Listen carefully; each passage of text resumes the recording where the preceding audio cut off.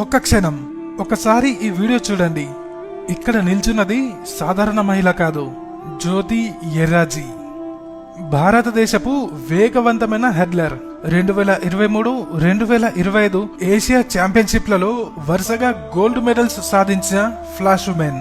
అయినా కూడా 140 కోట్ల జనాభా ఉన్న ఈ దేశం నుండి ఆమెను అభినందించడానికి ఒక్కరు కూడా లేరు. ఆమె పరుగు చప్పట్లు ఈలల మధ్య కాదు, నిశ్శబ్దాన్ని చీల్చుకుంటూ దూసుకెళ్తుంది. తండ్రి ప్రైవేట్ సెక్యూరిటీ గార్డ్, తల్లి ఇళ్లలో హెల్పర్ గా పనిచేస్తుంటారు. లోవర్ మిడిల్ క్లాస్ నుండి వచ్చిన ఈవిడ ఇప్పటి వరకు ఎన్నో నేషనల్ అండ్ ఏషియా రికార్డ్స్ సాధించారు. కానీ ఈ విజయాల వెనుక ఒక చేదు నిజముంది. ఈమె రీసెంట్ గా ఏషియా అథ్లెటిక్స్ ఛాంపియన్షిప్ లోను 100 మీటర్ల హడల్స్ లో గోల్డ్ మెడల్ గెలుచుకున్నారు.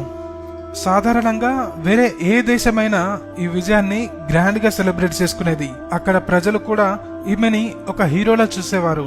కానీ మనకు మాత్రం అలాంటి ఒక ఈవెంట్ జరిగిందని కూడా తెలియదు. ఆవిడ చిరుతల పరుగులు తీసి మెడల్స్ సాధించిన ఏ సందర్భంలోనూ చప్పట్లు కొట్టడానికి గాని అభినందించడానికి గాని అక్కడ ఒక్క మనిషి కూడా లేడు. కానీ ప్రపంచ పటంలో ఎక్కడో ఒక మూల నుండి ఒక ఫుట్బాల్ ప్లేయర్ మన దగ్గరికి వస్తే 100 కోట్లతో ఏర్పాట్లు చేసి అతనితో ఒక ఫోటో కోసం 10 లక్షలు ఖర్చు పెట్టిన మనకు మనలో ఉన్న రియల్ హీరోస్ గురించి మనకు తెలియకపోవడం ఇంతకు మించిన దౌర్భాగ్యం ఉంటుందా? ఒకవైపు ఈవిడ అంతర్జాతీయ వేదికలపై గోల్డ్ మెడల్స్ సాధించి మన దేశాన్ని గర్వంగా తలెత్తుకునేలా చేసింది. మరోవైపు బిజినెస్ మ్యాన్స్ స్పాన్సర్ చేసే ప్రీమియం గేమ్స్ అండ్ గ్లామర్ ఉన్న స్పోర్ట్స్ కి తప్ప మిగతా స్పోర్ట్స్ కి గానీ టాలెంట్ కి గానీ మన దేశంలో వాల్యూ లేదని రుజువు చేసింది. మీరు ఈ వీడియోని లైక్ చేయడం చేయకపోవడం మీ ఇష్టం.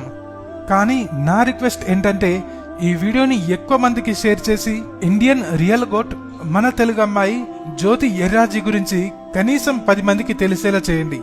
అండ్ కామెంట్స్ లో జ్యోతి ఎర్రాజీ గారిని ట్యాగ్ చేస్తూ కంగ్రాట్స్ చెప్పండి.